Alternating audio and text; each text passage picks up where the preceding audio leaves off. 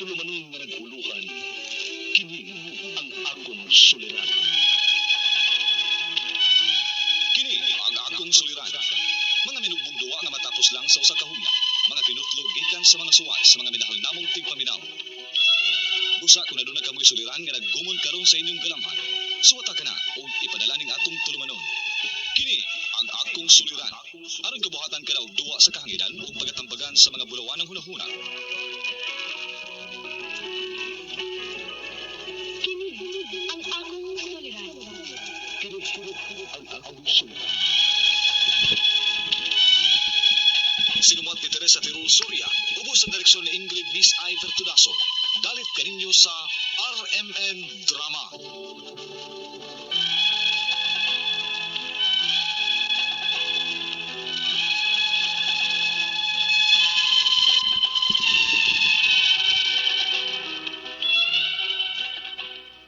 Mayong adlaw kaninyo tanan nga nagpaminaw karon, ning tulumanon kini ang akong suliran. Ilabi na kaninyo Dr. Rene Opera ug Attorney Eileen Bathan. Ingon man sa mga artista nga maghatag og kinabuhi ning akong suwat suliran. Itago lang ko sa pangalan nga Faith, 15 years old, single, asa ka Christian, taga Cebu Province. Punto legal kini ang akong suliran. Kabahin kini sa nahitabo sa akong makuwang nga 19 years old na. Nabuntis man gud ni siya ug naglibog siya kung kinsay amahan. Karon inyo nisabtan, ingon niya nga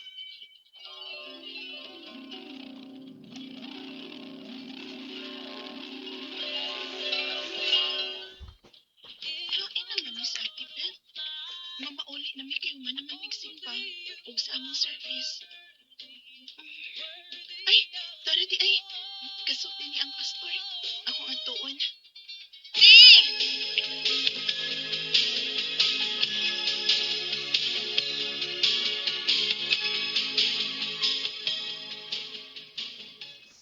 Di, mamauli na to na. Papaulion ba dentang mama papa. Kay maglawag pa ta sa baboy. O na lang, day. Kay pakuyogon pa man ko ni pastor. Ha? Ano na namin atuon, day? Usa ka unbeliever ba? Atong agnihon nga pabalik sa sabakan sa Ginoo. Uyugon ko si Ate Beth nimo. Kay may mga anak tungod sila nga mga batanon po. Yeah. Believe naman kung Ate Beth nimo nga mukabig sa mga batanon nga papel sa atong pagtuo. O nga dadto na ko siya. Mao ba? Pwedeng mo ko yung pastor? Oh, pwede ra sab. Yaw na, Faith. Kay wa na mo tabang nilang papa ug mama pag panglaos baboy. Sige na, sige na. Ikaw na lang bahala mo sulti nilang papa ug mama ha nga. Giuban ko ni pastor. Oh, sige te. Ma, Oh, hain man si Ate Beth nimo. gikuyog siyang pastor ma. Nako na sila kabigon nga mga unbeliever. Kabigon nila sa atong pagtuo. Oh, maayo. Nala sige pag-andam na og para laog sa baboy. Ma, ako ma, di ko pwedeng makuyog mga ingon ana. Pwede man. Pero si ate raman kanimo ang gipauban ning pastor. Oo, pero ganahan ng takupod. Kay, ganahan ko nga makaton parehas ni ate. Nga, ingon ni pastor, maayo na ko na si ate nga mukabig sa mga batanon sa atong pagtuo. Pagtuon na sama kang ate nimo. Maayo man na si ate nimo kay gitrain naman ng pastor o kuyog-kuyog bisag asta. Kamao naman ang manabi ug nagkat-on na sa Biblia. Ikaw, sige pa man kagduwa na cellphone nimo. Ay na sige oy. Panglaog na dito sa mga baboy.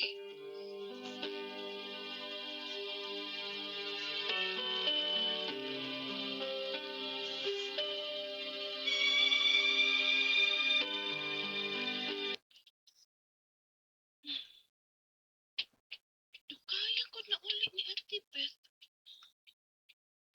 Eh, pa mo uli si ate Beth. Wa pa man ma. Nagatang bitaw ko niyang moabot kay magduwa ni ate aning cellphone. Niyabag ka na gyud anang duwa sa imong cellphone ha. Manintal ka pang ate nimo ni anak. Dili man hinoon ka mo sundog ni ate nimo nga pagtulunan sa Ginoo ang gitudlo sa mga batan-on. Ay, Si ate na ron maay. Ako dali apli.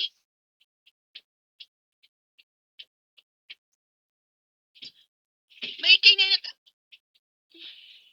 Te? David, Anong ino na nang imong itsura?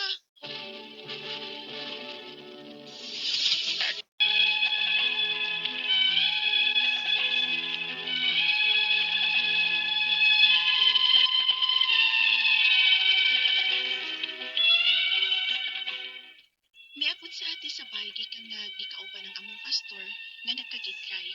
Kalkag ang buhok, naluya og murag nahadlok. Apan, nagdali-dali siya og ilis, ug wa pay bawa silang mama o papa. Ako sab, iyang gingnan na okay ra siya. Unya, paglabay og pila ka buwan, wala, si Ate Beth, nagsuka-suka. Te? Te, ngano di ka? Nagsuka-suka lagi ka? David, dahil palitin ako manggang hilaw dito, be. Aron mawaan nga akong kaluod. Pero, ayaw pagsabat ni ng papa ug mama, ha? Oo, te.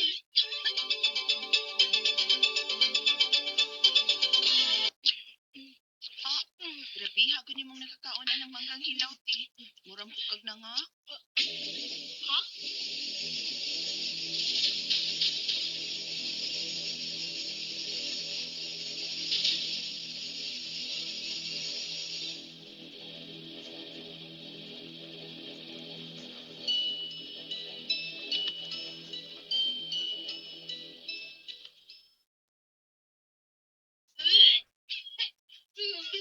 Ala, Naunsa man ron si Beth. Nagsuka-suka man. naibaw na kung unsay tambalan na yung pagsuka-suka ma. Manggang hilaw. Unsa? Unsay manggang hilaw? Beth! Ma, mabdus ka ba? Ha? Pasaylo ako, ma. Maptos yun ay ka. Kinsayamahan! Wa ko mahibaw, ma. Unsay wa ka mahibaw? Nayabag ka? Ha? Dili. Ma, Tukaan kong kinsayamahan, anak. mama. Natukubutan ka.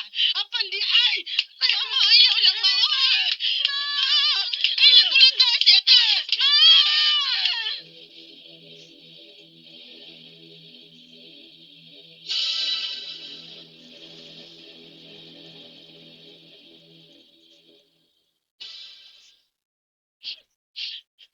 Manong di man sa kamatukan nilang mama papa, te. Tukan na lang, uy. Kay mas labaw kita masuko si papa ron kung mahibaw. Wa ko'y katubag. Wa ko'y katugaan. Ay libog ko. Pero, ikaw rin akong tug-anan nila. Pete. Oh, may nahitabo na namo ni Pastor. Ano?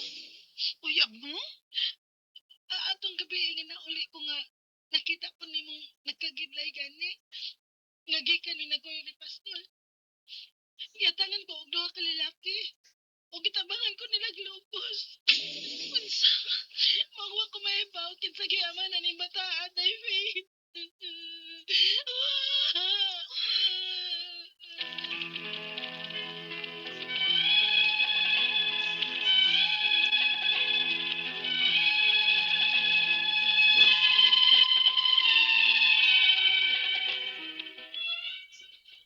Ako na gigisultihan ni ate sa nahitabo niya.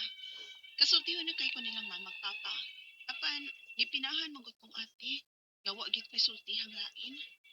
Nanganak na si ate. Pero ambot oy, asa maliwat ang bata. Pero, pinangkamasad nilang mamag papa ang bata. Ang ako mga pangutana mo kining masunod. Unang pangutana. Ang sulti ni ate, nga supa kuno sa iyang kabubuton ang nahitabo nila ni Pastor. Pwede pa gihapon nga makiha og grave ang among pastor. Bisan gitabangan sa buglugo si ate sila ang duha ka lalaki, nga wa siya makaila sa iyang pagpauli. Ikaduhang pangutana, wa man may ebidensya nga gilubos ang among ate sa among pastor. Pwede ba gahapon na mo siya ikiha, bisan wa may igog ebidensya? Ikatulong pangutana, kung moangkon ang pastor sa bata nga siya ang amahan, O kuhaon niya ang bata namo. Pwede ba niya makuha nga wa man siya makahatag og tabang? Ikaw pa katapusan. Unsa may akong buhaton? Kay katug ano na gid kay ko nilang magpapas sa nahitabo. Pero nahadlok lang ko nga magubot mi kung si pastor gyud ang amahan sa bata. Palihog, tabang yung tambag ko. Kini ang akong suliran. Faith. Maayong adlaw mga suking tigpaminaw kini si Attorney Elaine Bathan og ako today ang mohatag ninyo og tambag, tubag, solusyon, kalinawan sa inyong mga pangutana, mga problema na may punto legal.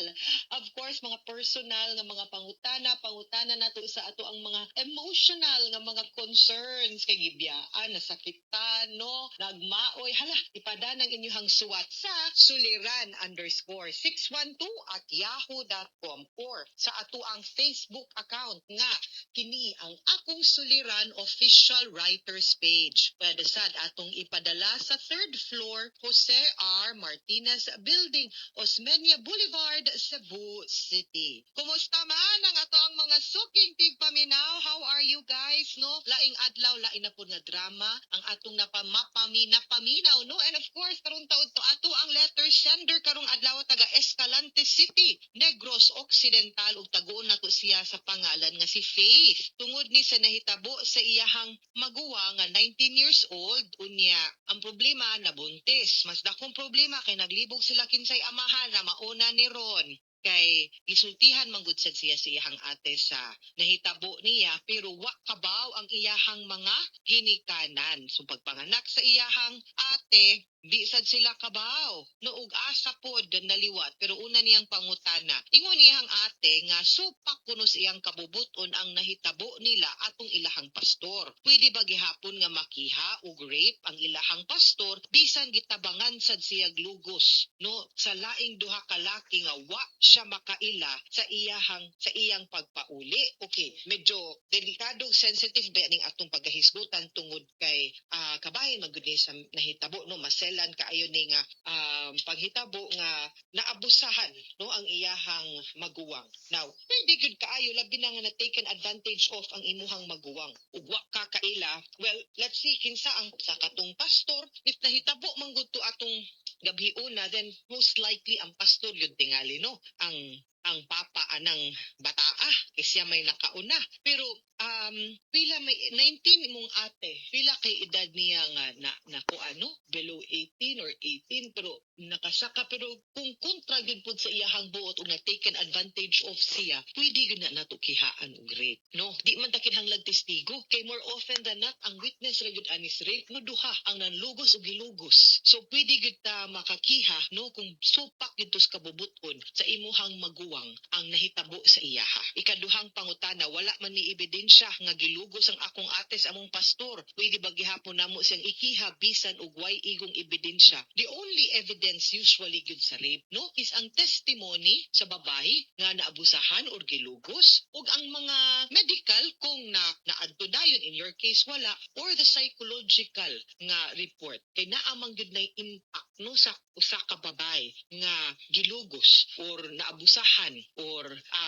gipugos, no, og buhat sa usa ka akto nga supak sa iyahang kabubuton, mugawas man gyud na siya pod sa psychological report. So kana mao lang gyud na ato ang pagatanaw, no. Those are the witnesses. Unya mo sila gihanlan og witness, wala lagi gilugos ka ang ama sa broad daylight or ang ama sa in public, kana mga ingon ana mo tago pud na sila. So like I said, usually ang nakibaw-an na duha ka tawo ang ginanlugos ug gilugos. So it's going to be his word against yours ug sa imong igsuon, no. Pwede man sa kakatestigo nga imuhang ate ni kumpisal og nusulti nimo, no, kay direkta man na niyang gisulti. So pwede ikaw mo testigo additionally, no, depende kung saan pag-appreciate sa korte. Ikatulong pangutana, kung moangkon ang pastor sa bata nga siya ang amahan ug kuhaon niya ang bata namo, pwede ba niyang makuha nga wa man siya makahatag og tabang? Maski pag makahatag siyang tabang, inday, maski pag siya'y muhatag buwan-buwan, simana-simana limpak-limpak ug pila iyahang mahatag gikan sa sibot sa inyong simbahan, no? Di na niya makuha ang bata. Mahimo siyang mobisita, no? Visitorial rights, pero ang katungod kustodiya anha gihapon sa mama. Ang basihan sa kustodiya gisaysay gyud nagklaro sa balaod nga kung ang bata na anak gawas sa kaminyoon kay dili man sila minyo, naa sa mama ang kustodi. Ang papa or ang amahan moangkon man or dili, basta syorta nga siya ang papa ana, ato nang patubagon kay kinahanglan man sad siya muhatag og suporta ug ayuda kay iya man ang responsibility. Maski pag gigusto na niya or wa, ngan nga siya'y amahan, obligado siyang muhatag og suporta sa bata maski pa og wa sa iya ang kustodi. Kay ang paghatag og suporta di man na gibasing nato kung kinsay naa sa bata or wa, or kung makakita ba siya sa bata or dili, lahi na siya. Ha? Ikaupat og katapusang pangutana unsa may akong buhaton. Kay katug-ano nakaayo ko nilang mama ug papa sa nahitabo. Pero nahadlok lang ko nga magubot mi kung si pastor gyud ang amahan sa bata. Kanang Inday Faith. Kana ba? This is a very serious matter. Nga dili pwede ninyo taguon labi ng anak mo, mga bata pa kaayo mo, di na ninyo pwede daladalahon nga kamo-kamo lang. Nagkinahanglan mo og giya, nagkinahanglan mo proteksyon, nagkinahanglan mo advice, nagkinahanglan mo sa love, no? Pagpangga, pagsabot, kinahanglan mo makakuhag dasig ug kusog sa inyong mga ginikanan ug sa inyong pamilya. Una sa tanan, di mo angay mahadlok kay mamagpapa na ninyo. Ikaduha, kinahanglan gyud mo og support system kay di na ninyo pwede daladalahon nga kamo-kamo lang kay naa ni dakong epekto ngadto sa imuhang maguwang ug nimo pod. Di ka mahiluna hangtod karon, o di ba ning suwat ka kay di ka kay sure ko you are eaten up by your conscience, no? Gikonsume ka sa imuhang konsensya kay kibaw man ka kung unsay saktong buhaton. Maunang nagsigi ka huna-huna nga kasultiun ka kay mo man saktong buhaton day, no? Angay ka musulti sa imuhang ginikanan, dili na sumbong, dili na pagpangitagubot, kundi to also ensure nga ang katungod sa imuhang maguwang, no, nga gilapastangan, giabusahan, maprotektahan, no? Kay kung naatay mahimo, whether it be a legal case, whether it will be case for rape, whether it will be a case for support, di man na ninyo pwede mabuhat nga kamo-kamo lang. Nga di po na ninyo pwedeng ihilom nganuman kay naamang gyud dapat manubag. Dapat manubag sa nahitabo sa imong maguwang, dapat manubag pod sa bata, no? Dili man na pwede nga kamulang. So ayaw og kahadlok kay dili man pud siguro gyud na magubot. Magubot in a sense nga naatay paninglon, no? Naatay paninglon sa ilang gibuhat sa imong maguwang, naatay paninglon nga muhatag og suporta og ayuda ug kung ang pastor man gani na. And ang kinsa man gani pud tong mga ning hilabot ug nanlugos pud sa imong maguwang, no, katong duha ka buok, ato pud tong patubagon, malay mo na apoy testigos wa lang takabaw nitong taod-taod kung gawas na ning makibaw ng imuhang ginikanan mo tumaw. You know, sometimes ang kaning atong mga problema di ni nato kinhanglan itago or daladalahon. No matter how hard, embarrassing, makaulaw ni ang daganan, dalangpan ato yung pamilya. Labi na atong mga ginikanan. Di ta angay mahadlok, wa man kay gibuhat daotan. Biktima man ang imong maguwang ani. So if you want to help your sister, ingna og sultii ang imong ginikanan. Di na maggubot, salig lang. Mga suking tigpaminaw, hinaot unta nga naamoy nakutlo na pagtulunan karong adlaw. Kini si Attorney Elaine Bathan. Daghan kayong salamat sa inyong pagpaminaw sa atong tulumanon hangtod sa sunod nga sugilanon. Dinhi gyapon sa tuang programa kini ang akong suliran gikan sa RMN Production Center, Radyo mo Nationwide. Tatak RMN, daghang salamat ug maayong adlaw.